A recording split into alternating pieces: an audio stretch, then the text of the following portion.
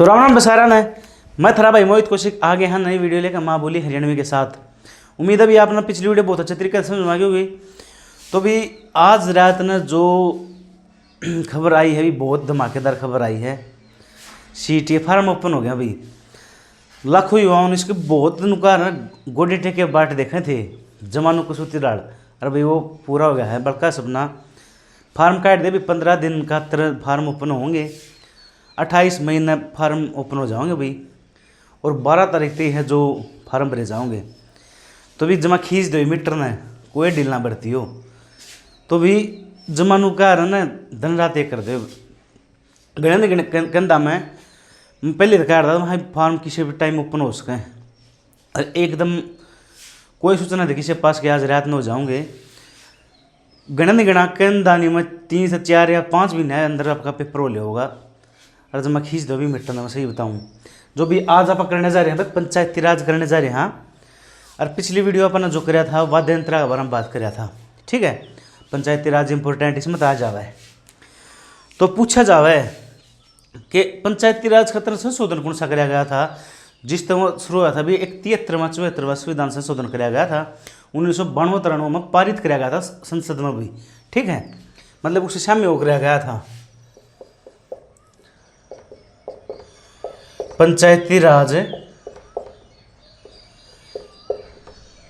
73वां व 74वां संविधान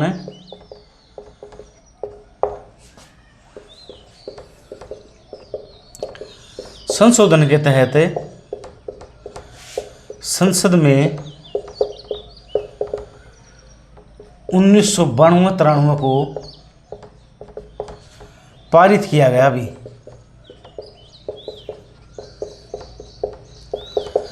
पंचायती राज भी 73वां संविधान संशोधन के तहत संसद में 1992-93 उस पर पारित किया गया। कोई भी नया बिल या कुछ सुधार करना किसी भी चीज़ में तो हर बार संविधान में संशोधन करना पड़ा रहा है। किसी राज्य की सीमा घटानी हो किसी की बढ़ानी हो कोई बिल में बदलाव करना किसी कानून में बदलाव करना हो तो हर बार संविधान में संशोधन करना पड़ा रहा है। और जो पंचायती राज में कराया गया था वो 73वां 74वां कराया गया था। 1992-93 में जो 73वां पंचायती राज के लिए प्रॉपर तो 74वां है यो नगर निगम का जो नगर पालिका खतरा हो जाओ यो। ठीक है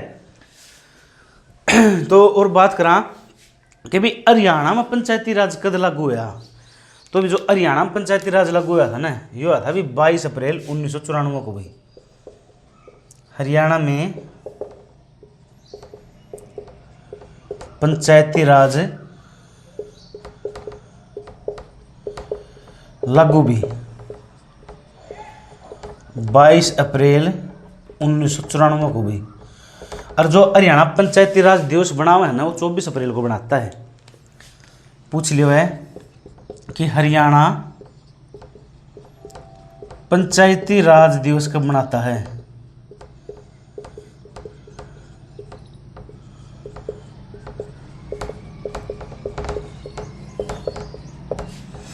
तो भी 24 अप्रैल को बनाओ। अभी हरियाणा पंचायती राज दिवस 24 अप्रैल में बनाओ अभी। और पूछा जाओ कि पंचायती स्थानीय स्वशासन का जनक किसे कहा जाता है तो भी लॉर्ड रिपन को कहा जाता है। बहुत घने पेपर में आता भी हो स्थानीय स्वशासन का जनक भी स्थानीय स्वशासन का जनक कहा जाता है लॉर्ड रिपन को।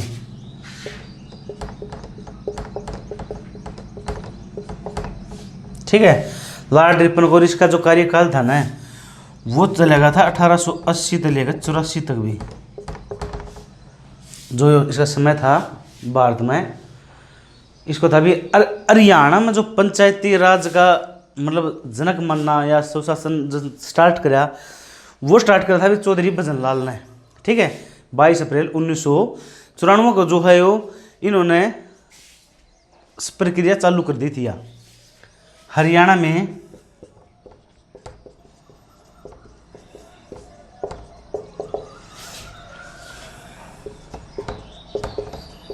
पंचायती राज या प्रणाली चालू किस मतलब किस मुख्यमंत्री समय चालू हुई थी भी पंचायती राज या ग्रामीण स्वशासन, ग्रामीण स्वशासन का जनक किसे कहा जाता है? हरियाणा में भी जनक तो क्या अभी उस समय हरियाणा में लागू हो गया था यो, ठीक है। तो अभी चौधरी भजनलाल भाई, चौधरी भजनलाल बिश्नोई समाज का सिरमौर कहा जाता है। 1930 में इनका जन्म पाकिस्तान में हुआ था। हरियाणा की राजनीति का चाणक्य कहा जाता है। GJU गुरु जम्बेश्वर विश्वविद्यालय की स्थापना 1995 में करी थी हिसार में इन्होंने। और बात करना, बिश्नोई मंदिर बनवाया था हिसार में। और भी इन्होंने एक पार्टी बनाई थी, हरियाणा जनहित कांग्रेस पार्टी अजका, और उसका चुनाव चिन्ह था ट्रैक्टर का निशान था। 2014 में उसका कांग्रेस में विलय हो गया था। इसके बड़े लड़के थे भी चंद्रमोहन बिश्नोई, हरियाणा के 5वें डिप्टी CM बने थे वो, ठीक है। नेक्स्ट जो बात करा कि भी पंचायती राज में विषय कितने हैं?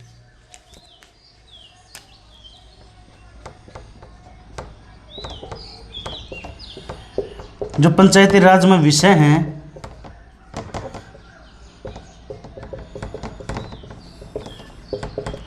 वह भी 29। पंचायती राज में विषय हैं 29 भी। और पंचायत तो गठन किस आर्टिकल में है? तो 40 आर्टिकल में है भाई।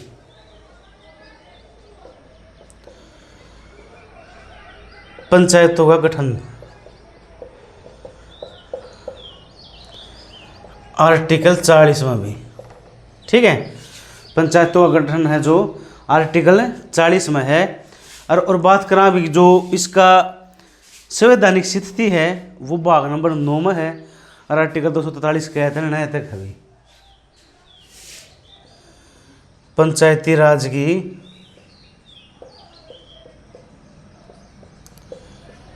संवैधानिक स्थिति, जो संवैधानिक स्थिति है यह भी भाग नंबर तो 9 में है भाई, ठीक है, भाग नंबर 9 में है। और जो इसके लिए संवैधानिक स्थिति बनाई गई है वो 243 तक के 243 से 9 तक वह जो है स्थिति बनाई गई है अभी, ठीक है। 243 कहते हैं 209 तक भी।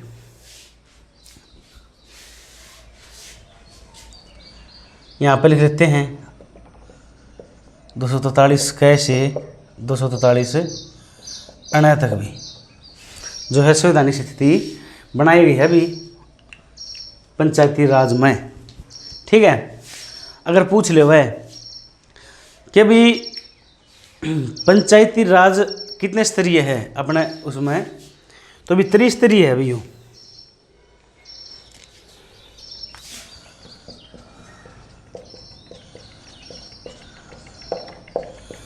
पंचायती राज त्रिस्तरीय प्रणाली है अभी,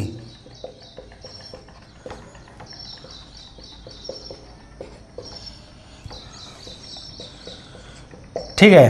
पहला तो होगा अभी ग्राम पंचायत, दूसरा होगा भी जिसने आप पंचायत समिति को ब्लॉक समिति को वहाँ पंचायत समिति, और तीसरा होगा भी जिला परिषद,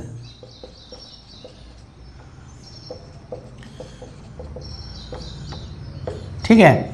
पंचायती राज त्रिस्तरीय प्रणाली है। पहला ग्राम पंचायत, पंचायत समिति और जिला परिषद। और जो यह प्रणाली ली गई है भैया बलवंतराय समिति की उस पर ली गई है। पूछा किसके उपलक्ष्य में ली गई थी या तो भी बलवंतराय समिति की उपलक्ष्य में, मतलब कि उस पर जो उन्होंने जो समिति बनाई थी उन्होंने दी थी भैया कि त्रिस्तरीय प्रणाली होनी चाहिए, ठीक है। बलवंतराय समिति पर आधारित है भैया, बलवंतराय समिति पर आधारित है त्रिस्तरीय प्रणाली, ठीक है। और भी पूछा जाए कि पंचायती राज में जो शिक्षा का स्तर है वो लागू किया गया था 7 सितंबर 2015 को, और राजस्थान ने लागू किया था अभी सबसे पहले।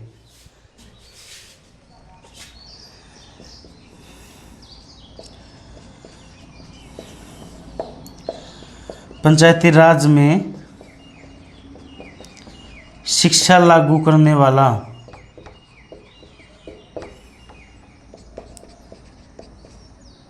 यह शिक्षा लागू कब करी गई भी, तो भी पहले वाला जो राज्य है वो राजस्थान था भी। और इसने लागू करी थी भैया, मतलब सबसे पहले इसमें करी गई थी, शुरुआत हुई थी इसकी 7 सितंबर 2015 को भी। ठीक है, 7 सितंबर 2015 में जो है शिक्षा की शर्त लागू हुई थी पंचायती राज में। और भाई सेकंड पूछे जाओगे किसने लागू शर्त करी है, तो सेकंड जो यह शर्त लागू करने वाला राज्य है तो वो है हरियाणा भाई। सेकंड है हरियाणा। ठीक है, सेकंड जो है हरियाणा है, जो शर्त लागू शिक्षा वाली शर्त लागू करने वाला राज्य है भी। ठीक है, हरियाणा।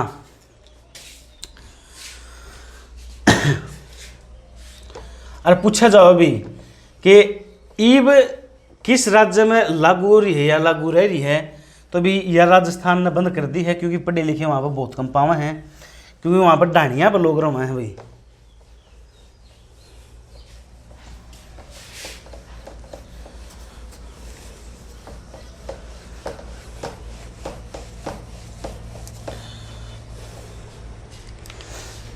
पूछे जा के भाई अब हाल फिलहाल भी हरियाणा में लागू है भाई।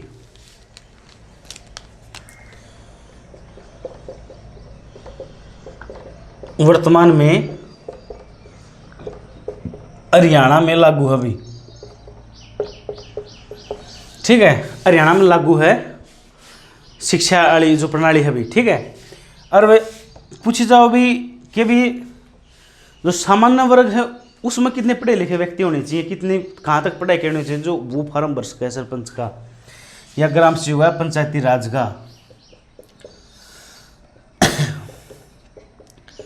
सामान्य वर्ग में जो आगे भी सामान्य वर्ग के लिए भी तो शिक्षा प्रणाली है वो 10th भी।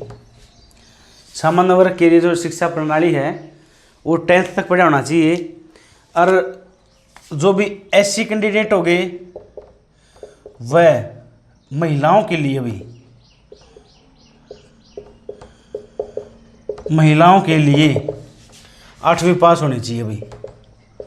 ठीक है, सामान्य वर्ग के लिए 10वीं और महिलाओं के लिए भी 8वीं पास होना चाहिए। अगर पूछे जावे कि सबसे पहले जो पंचायती राज के हैं जो चुनाव हो कहाँ पर हुए थे, तो राजस्थान में हुए थे भाई। सबसे पहले पंचायती राज के शुरुआत या चुनाव भी तो भी ये हुए थे भी नागौर जिला है, नागौर जिला राजस्थान।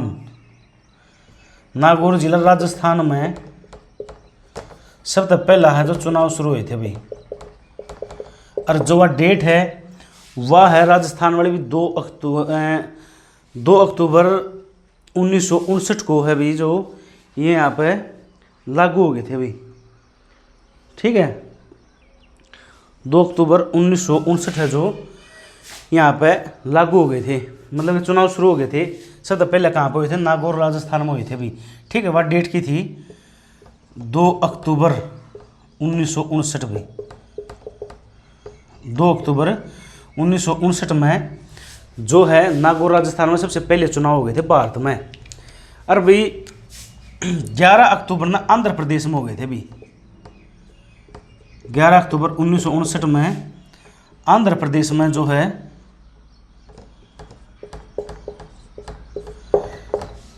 इलेक्शन हो गए थे। और पूछा जावे कि भी सबसे बाद में कहाँ पर लागू हुए थे, मतलब कि पंचायती राज हुए थे, तो सबसे अंतिम हुए थे भी मध्य प्रदेश में। सबसे बाद में है जो मध्य प्रदेश में हो गए थे भी। अरनु पूछ ले हुए कि कहाँ पर है जो पंचायती राज लागू नहीं है भी। ठीक है, कि कित है कौन से ऐसे राज्य हैं, कौन से में जो जिले हैं, एक जिला है दार्जिलिंग उसका वो बतावाएंगे। तो कहाँ कहाँ पर जो पंचायती राज है वो लागू नहीं है भी। कहाँ पर पंचायती राज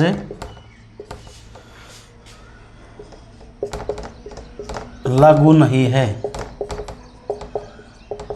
ठीक है, तो भी जो 6 जगह हैं ऐसी हैं जहां पर पंचायती राज लागू नहीं है भी। ठीक है, जम्मू कश्मीर है, मेघालय है, मिजोरम है, और भाई पश्चिम बंगाल का दार्जिलिंग है, दिल्ली है भी, और नागालैंड है। ये ऐसी जगह है जहाँ पर पंचायती राज लागू नहीं है। 6 जगह है भाई। पहला होगा भाई J&K, जम्मू एंड कश्मीर भी।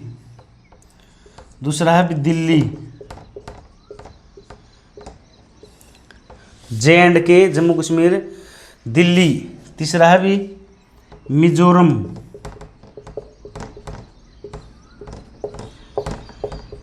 मेघालय, मिजोरम मेघालय, नागालैंड भी।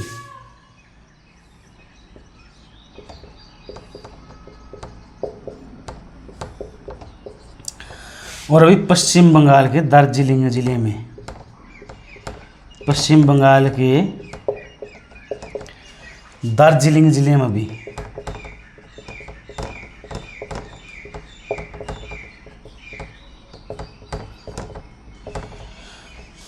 पश्चिम बंगाल के दार्जिलिंग जिले में है जो पंचायती राज लागू नहीं है अभी। ठीक है, पंचायती राज लागू नहीं है। और ईवीएम तय सबसे पहला जो इलेक्शन करवाने वाला राज्य है हरियाणा। अभी पूछा जाओ कि ईवीएम तय सबसे पहला पंचायती राज चुनाव किसने करे हैं, तो हरियाणा में भी।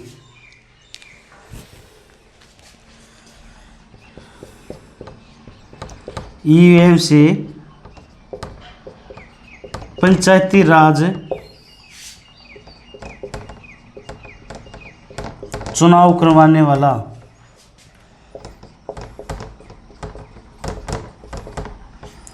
पहला राज्य भी तो यो है भी हरियाणा। ईवीएम तय चुनाव करवाने वाला पहला राज्य कौन सा हो जाएगा भी, तो भी हरियाणा है। ठीक है, और ईवीएम का जो प्रयोग सबसे पहला करेगा था भी 1982 में केरल की पारूल जिले की सीट थी, उसमें सबसे पहला केरल में 1982 में शुरुआत करी गई थी। पूछा जाओ कि ईवीएम की सबसे पहले शुरुआत भी, सबसे पहले जो इसका उपयोग किया किसने किया था भी, ईवीएम सबसे पहला जो चुनाव है वह 1982 में हुए थे। और पारूल सीट है भी, पारूल जिला है केरल का भी, पारूल जिला अभी ईवीएम की सबसे पहले चुनाव 1982 में पारूल जिला केरल में हुए थे अभी।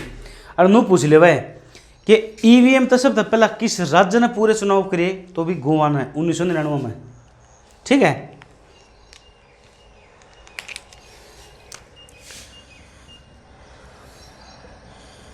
ईवीएम से चुनाव करवाने वाला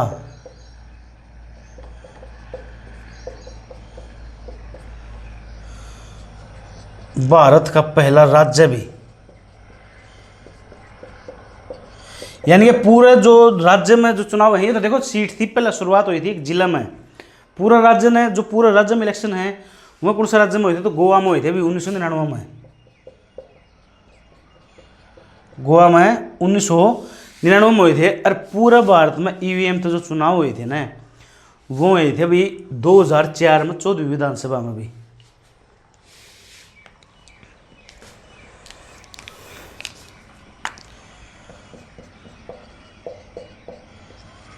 पूरे भारत में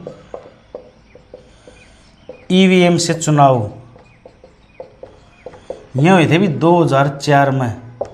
और यह जो डेट थी मतलब कि जो सन है यो 14वीं विधानसभा अभी, अरे 14वीं लोकसभा, सॉरी 14वीं लोकसभा में तो हुए थे पूरे भारत में ईवीएम का चुनाव भी। अरे पूछा जाओ कि वीवीपैट तय चुनाव करवाने वाला जो पहला राज्य कौन सा है, मतलब कि जींद में हुए थे भी हरियाणा का में। ठीक है, वीवीपैट तय भी वीवीपैट से हरियाणा में जो पहले चुनाव है ना ये हुए थे भी जींद उपचुनाव भी। और जींद उपचुनाव अभी 2018 में हुए थे भी हैं। ठीक है, जींद उपचुनाव अगर नू पूछ लो कि हरियाणा में गांव कितने हैं, तो हरियाणा का गांव भी 6841।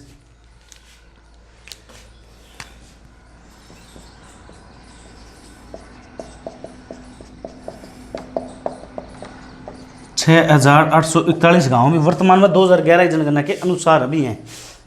ठीक है, हरियाणा में गांव 6841 हैं भी, और इसमें तक ग्राम पंचायत है भी हरियाणा में 6212।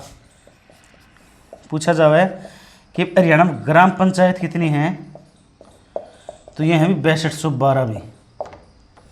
ठीक है, हरियाणा में ग्राम पंचायतें कितनी है भी 6212 हैं, और पंचायत समिति है भी 126, जिसे नापा क्या इसका, हाँ ब्लॉक समिति। ठीक है,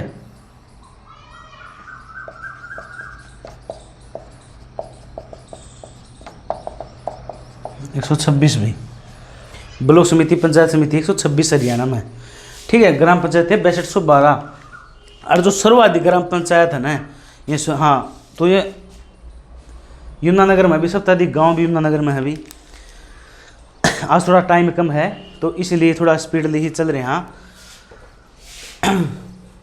आज ज़्यादा ज्ञान नहीं देते थे हमने, थोड़ा टाइम की वह है दिक्कत सी।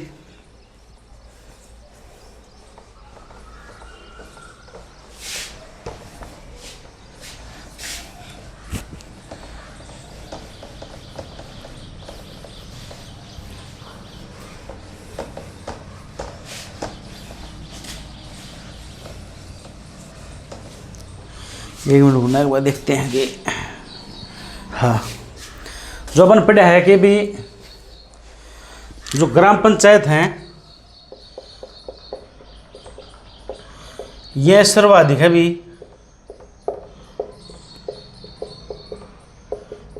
ग्राम पंचायत सर्वाधिक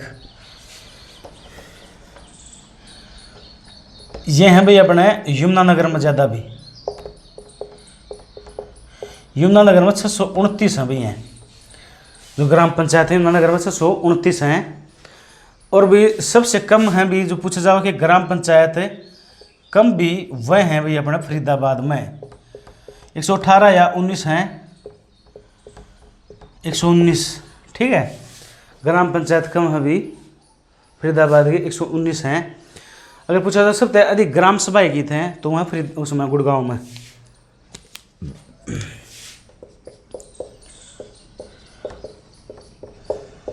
सबसे अधिक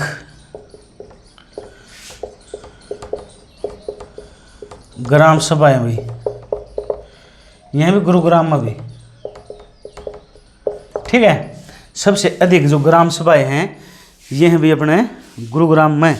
ठीक है, अगर पूछा जावे कि हरियाणा में गांव कितने हैं, बताया 6841 हैं, और सबसे अधिक गांव भी सर्वाधिक गांव है यमुनानगर में भी। सर्वाधिक गांव यमुनानगर में है भाई, और यमुनानगर में है ये 636 गांव हैं भी। यमुनानगर में कितने गांव हैं, 636 गांव हैं। ठीक है, और पूछा जावे कि सबसे कम गांव भी किस जिले में है, तो सबसे कम गांव है जो वो भी रोहतक जिले में है, और रोहतक में 143 गाँव हैं भी। ठीक है, रोहतक में 143 गाँव हैं। कि पूछा जावे कि गांव का राष्ट्रपति किसे कहा जाता है, गांव का मुखिया किसे कहा जाता है, पेपर में आता है ग्राम शिवका में कि गांव का राष्ट्रपति किसे कहा जाता है। गांव का राष्ट्रपति या मुखिया तो भी सरपंच को कहा जाता है भी। सरपंच, गांव का जो राष्ट्रपति या मुखिया किसे कहा जाता है, सरपंच को कहा जाता है भी। और सरपंच बनने खातिर सब तय मतलब कि न्यूनतम जो आयु है वह होनी चाहिए 21 वर्ष।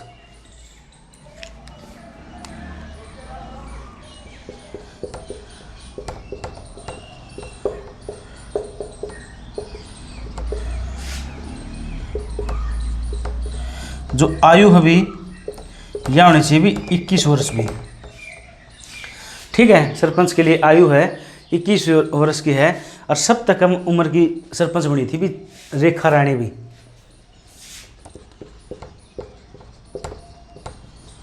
सबसे कम उम्र की सरपंच बनी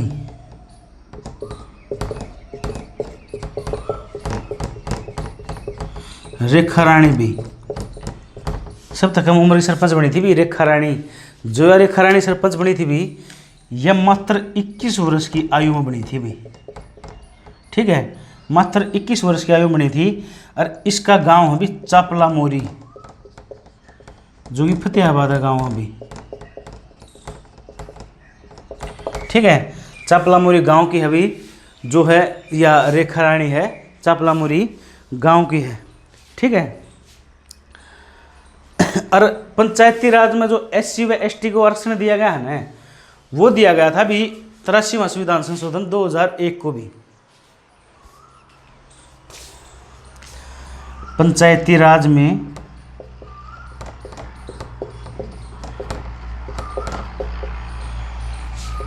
SC व ST को आरक्षण भी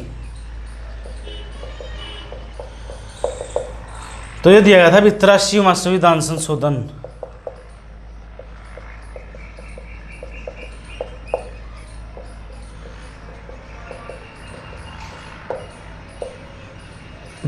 भी इसके तहत जो आरक्षण दिया गया था SC व ST को।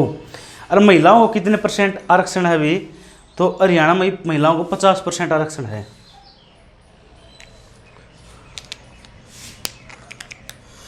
महिलाओं को आरक्षण भी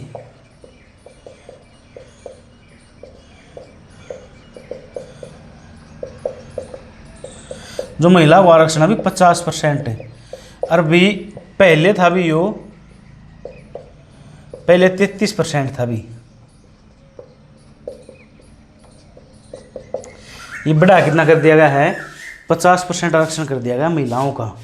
ठीक है, और पूछा जाओ कि किस राज्य में 100% महिलाओं का आरक्षण है, तो बिहार में भी। बिहार में पंचायती राज की बात है भी, महिलाओं को 100% आरक्षण है भी। ठीक है, बिहार में महिलाओं को भी 100% आरक्षण है। और हरियाणा में 50% है। अगर पूछ ले वह कि भी सरपंच को किस पद्धति के द्वारा हटाया जा सकता है, तो भी सरपंच को राइट टू रिकॉल पद्धति के द्वारा हटाया जा सकता है।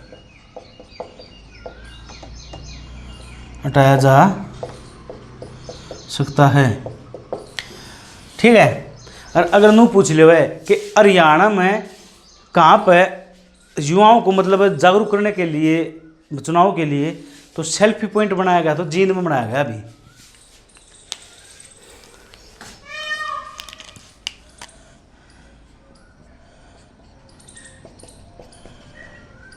चुनाव के लिए या वोट डालने के लिए भी। ठीक है, चुनाव के लिए या वोट डालने के लिए युवाओं को अब कैसे का होना है, प्रोत्साहित कैसे कहाँ, मतलब सेल्फी पॉइंट कितने बना रखे हैं युवाओं को जागरूक करने के लिए भी। युवाओं को जागरूक करने के लिए